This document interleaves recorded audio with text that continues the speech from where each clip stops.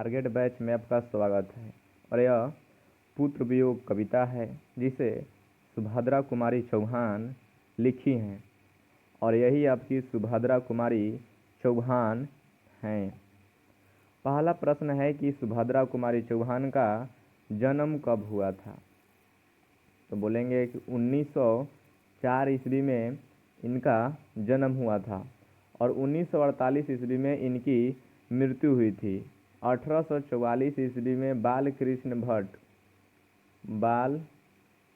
भट्ट का जन्म हुआ था और 1883 ईस्वी में चंद्रधर शर्मा गुलेरी का जन्म हुआ था।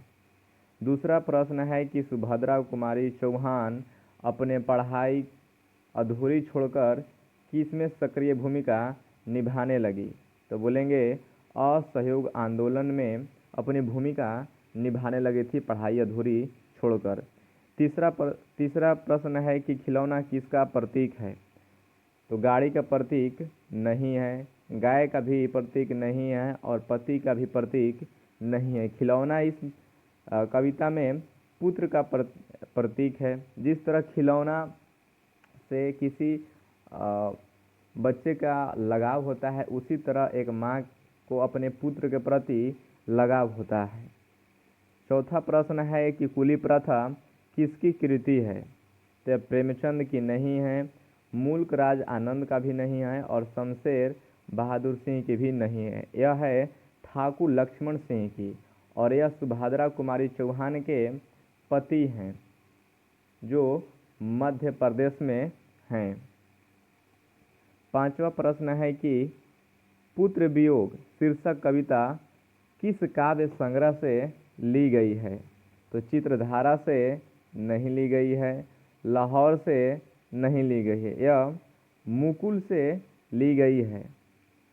पुत्र जो वियोग है यह मुकुल से ली गई है। छठवां प्रश्न है कि सरोज स्मृति किसकी कृति है। तो पंत का नहीं है, महादेवी वर्मा का भी नहीं है और सुभद्रा कुमारी चौहान का भी नहीं है। यह है निराला जी की। और इसमें जितना इसमें पुत्र वियोग में एक अपने पुत्र के प्रति जो लगाव के बारे में दर्शाया गया है, एक अपनी माँ अपनी दुख व्यक्त करती है कविता के माध्यम से, उसी तरह सरोज स्मृति भी एक दुखद कविता है। सातवां प्रश्न है कि पुत्र वियोग कविता में कवित्री के किसके लिए पत्थर का देवता मानकर पूजा की। पति के लिए नहीं, अपने लिए भी नहीं, भाई के लिए भी नहीं, पुत्र के लिए, क्योंकि सुभद्रा कुमारी चौहान के तुरंत ही संतान प्राप्त नहीं हुआ था। उन्होंने इसके लिए काफ़ी पूजा पाठ अर्चना की थी, उसके बाद पुत्र का लाभ प्राप्त हुआ था। आठवां प्रश्न है कि सुभद्रा कुमारी चौहान स्वयं को असहाय क्यों कहती है। पुत्र वियोग के कारण बिल्कुल सही है, खुद के कारण नहीं होगा, भाई के कारण भी नहीं होगा और पिता के कारण भी नहीं होगा। जब पुत्र उनका असमय देहांत हो जाता है तो बोलती हैं कि ये मतलब कि मैं स्वयं को अब असहाय समझती हूँ। नौवां प्रश्न है कि निम्नलिखित में से कौन सी कृति सुभद्रा कुमारी चौहान की है। जो मुकुल है यही उनकी कृति है और मुकुल के लिए ही उनको शेकसरिया पुरस्कार दिया गया था।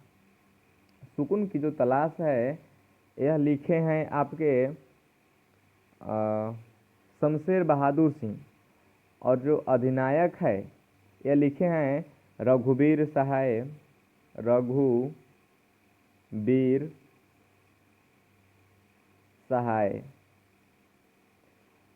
और है उर्वशी, ये लिखे हैं दिनकर जी और उर्वशी के लिए हैं उनको ज्ञानपीठ